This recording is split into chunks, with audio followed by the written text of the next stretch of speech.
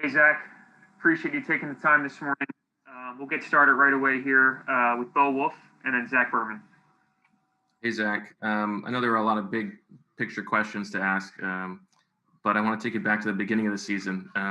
What was your reaction when Doug announced the captains and you were not one of them? Were you a little bit hurt by that?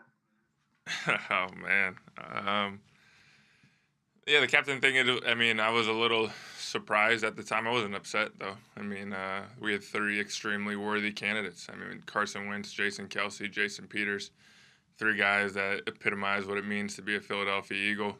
Jason Peters has been here forever, 9-time Pro Bowler. Kelsey, been here for 10 years, multiple-time All-Pro. Carson, the leader of the offense at the time. So for me, I kind of looked internally, said, how can I improve to put myself in a situation next year? And when Doug appointed those guys, I was extremely happy for all three. Zach and then Dave Zangaro. Hey, Zach, I'll ask this directly. Do you think last night was your last game with the Eagles? And how do you look at your time here? I'll answer the second one first, obviously. My time in Philadelphia has been the best experience I've ever had.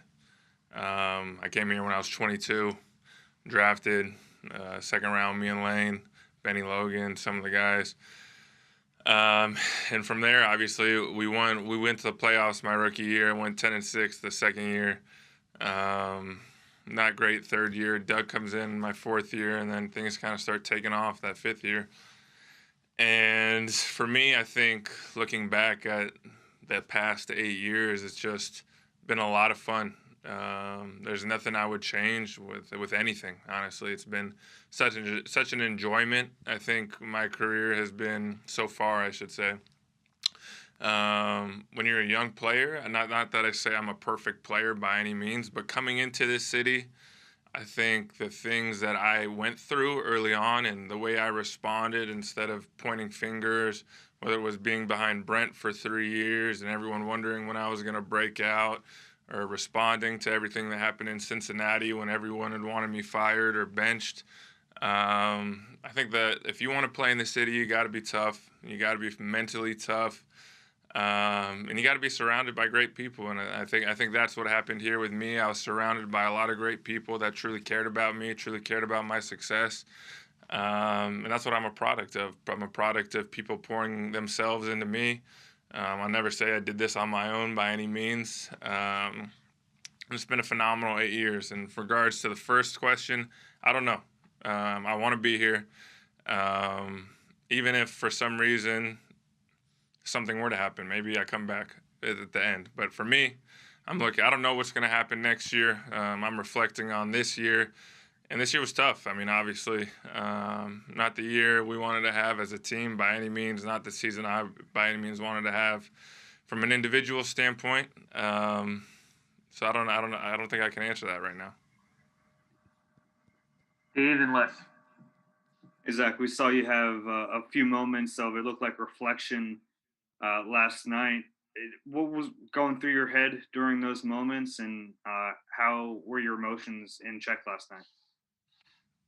Yeah, I mean, going up to the game, it was leading up to the game. It was just a weird week. You know, we hadn't been in this situation where we're the team not really playing for anything at the end of the season. You know, the past couple years, fighting for the playoffs, whether it be a wild card, whether it be 17, where we're trying to get our offense on track. So this whole week was just tough. You know, playing in this city, the standards are not. We weren't even close to the standards this year as a football team. We didn't come close to them. The standards that the city demands, what the city deserves. So there was a lot of emotion in that, just like reflection on what can I have done better, what can I do better, and then obviously during the game it was fun for me to be out there again with the guys. That's the best part, just being able to be out there. And then after the game, it was a little tough, just because I mean you never know when your time's going to be up anywhere, and so for me, just taking it all in, I wish the fans were there, honestly. This whole year's been tough without them in the link, but yesterday would have been fun to have them there. Even though we lost the game, probably would have got one or two boos, but I missed them last night. Les and then John McMullen. Hey, Zach. Uh, Even before Carson was benched and before you got injured, you guys didn't seem to start out with the same type of connection that you had previously, and you both obviously struggled through enormously difficult years. What's your take on what happened with him? Do you think he wants out of here? Have you heard that from him? And what was the problem? It just seemed like from the very beginning things weren't on track with you and with others in his game. Yeah, it was tough. It was a tough year for all of us, obviously. We just missed a lot of plays early on. No fault of anyone.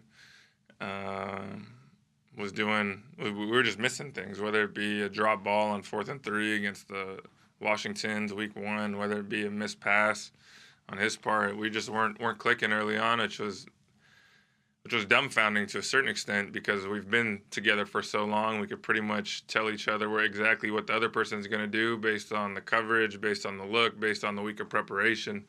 Because we already rehearsed all the plays during the week 1,000 times on the side field.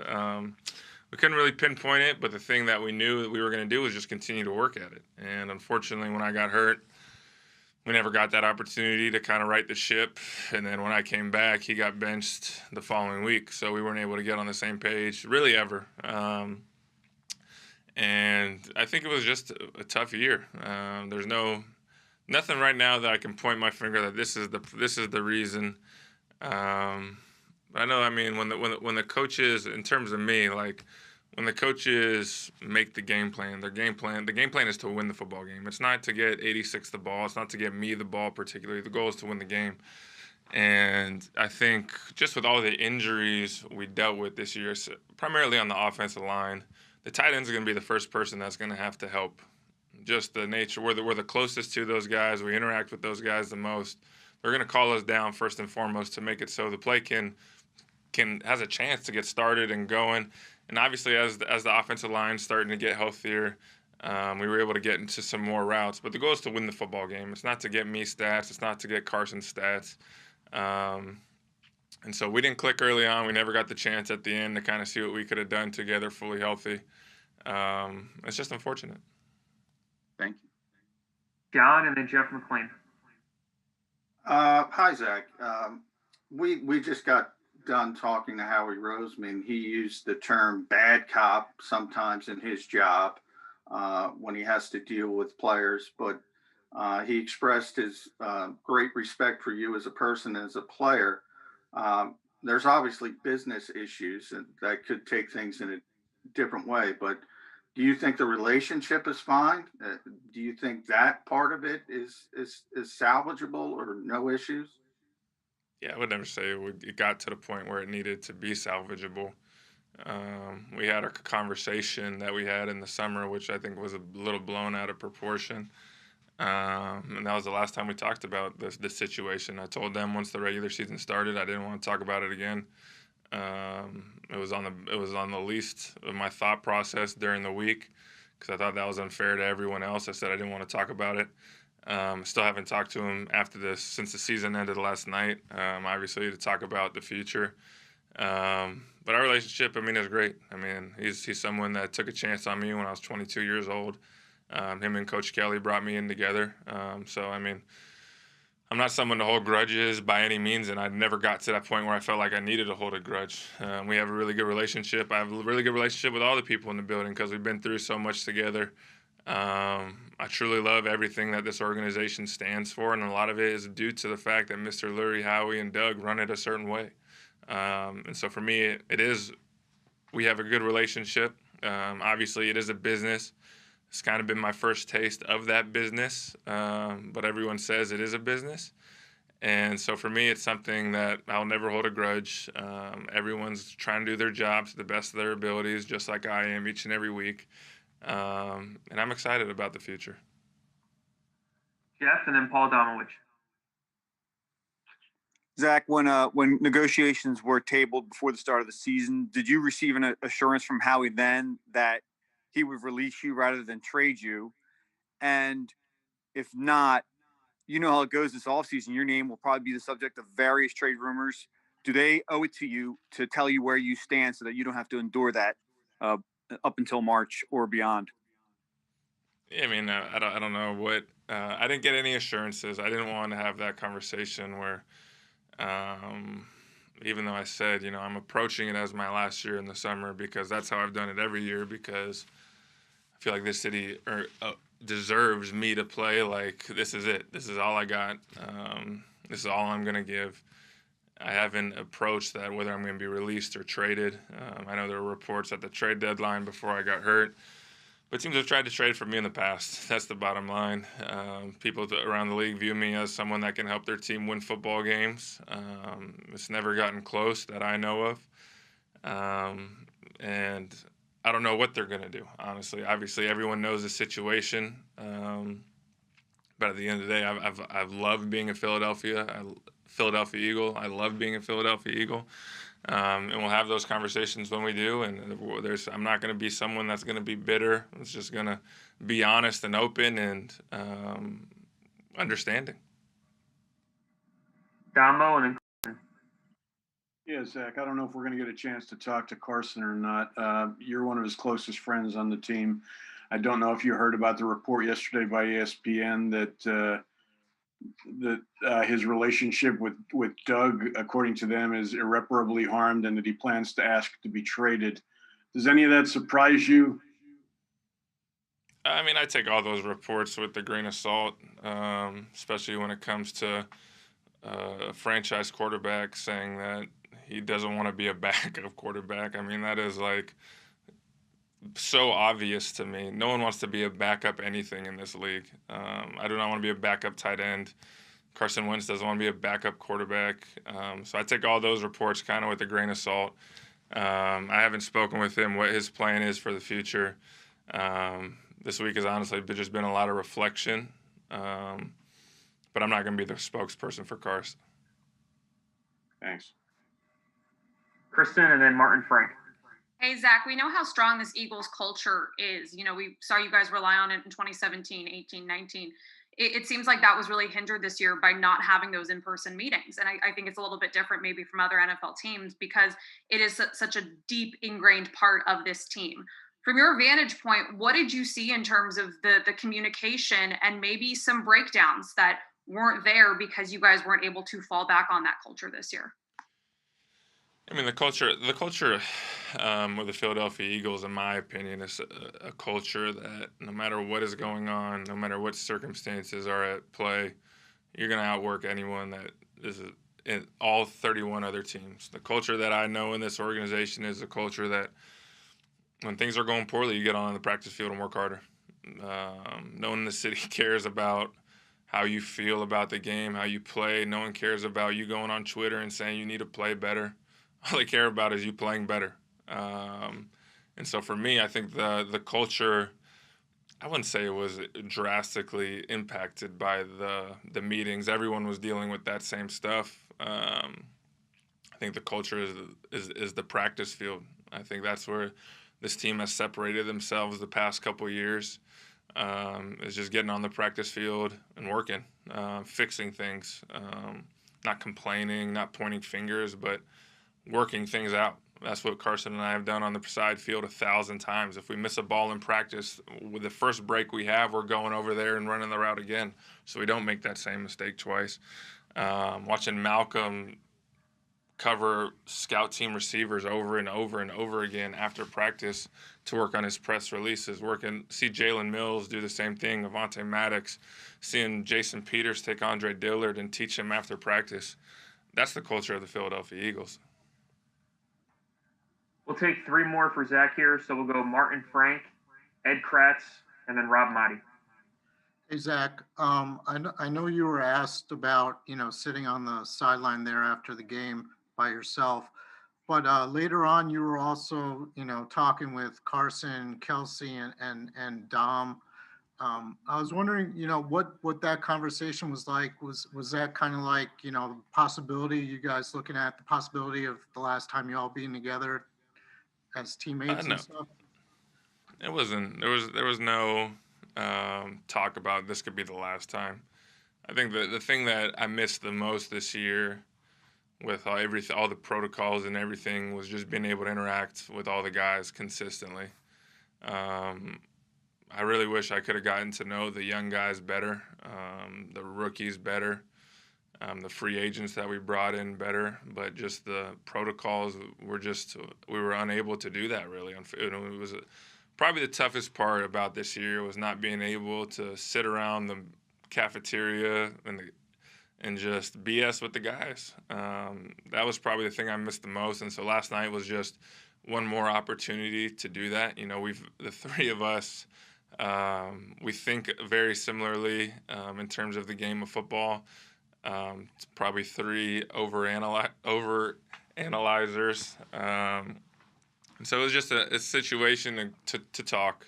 It was no talking about this could be the last time we do this. It was just talking ball, talking about the season, talking about what we all could do better. And I mean, those guys will be in my life forever. Dom, Kels, Kars, those guys. This isn't defined by us living in Philadelphia from 2013 when I got drafted to whenever I'm out of here. These are life relationships, and so that's what it was last night. Last two here, Ed Kratz and then Rob Motti.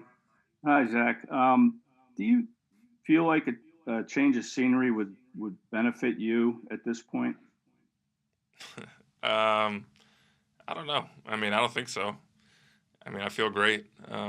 Obviously, I had the ankle injury, which was the first time I've really been hurt in my career. It's been a blessing, obviously, to be healthy. But I don't think I look at this and every time I walk in the building, I have angst or kind of hurt on my heart by any means. So I don't think I walk in here and be like, man, I need to get out of here. I feel like I still have a lot of good years of football left, a lot of good years of being a really productive tight end in this league. And so for me, it's just what is the plan going forward, whether they see me a part of that plan or not. There's a lot of things out of my control, and I'll have no angst either way. Go ahead, Rob. Hey, Zach, two-part question. One, have you and Carson at all talked about or thought about the possibility of maybe being like Brady and Gronk and at some point somewhere, whether it's next year or down the road, playing together for a different team? And two, if this is our last opportunity to talk to you this way, what would you I know you've said a lot of this, but what do you want to leave the city of Philadelphia, the fans with? What kind of message? Yeah, I mean, the first part is easy. Of course, I want to play with Carson as long as I possibly can. In my opinion, he's a franchise quarterback. He's a quarterback that can lead you to the playoffs every year. He could put you in contention to win Super Bowls. So who wouldn't want to play with that? Someone that wants to work on the practice field as much as he wants to shine on Sundays. So for me, that's the easy answer. Of course, I want to play with him for as long as I possibly can.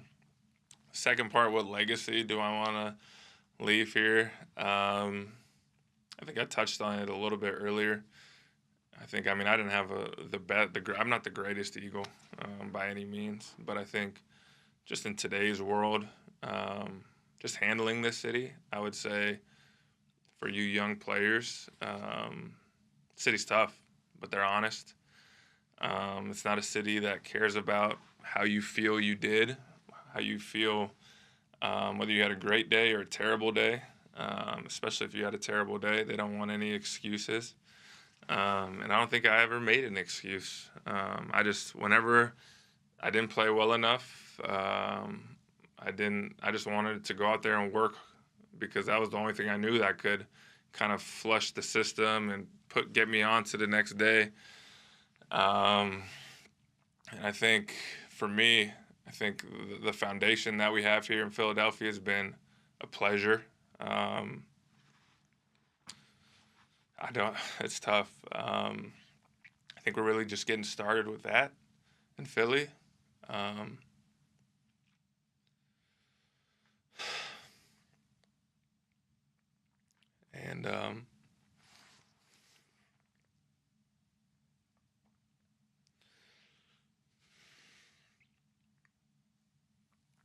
think I think this city is the best city to play for. And I couldn't have asked for a better experience. And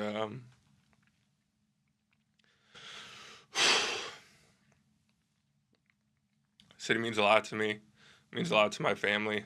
And I'm thankful. I'm thankful for all you guys over the years. I know you guys got a really tough job in this city. And early in my career, I took a lot of things personally. And just over the years, I started to put myself in your shoes that you guys got so much to do. Everyone's got to read something good. You guys consistently tried to do that. So I really appreciate all of you over the years. And thank you. Thank you, Zach. Appreciate Thank you, Zach. Thanks, Zach.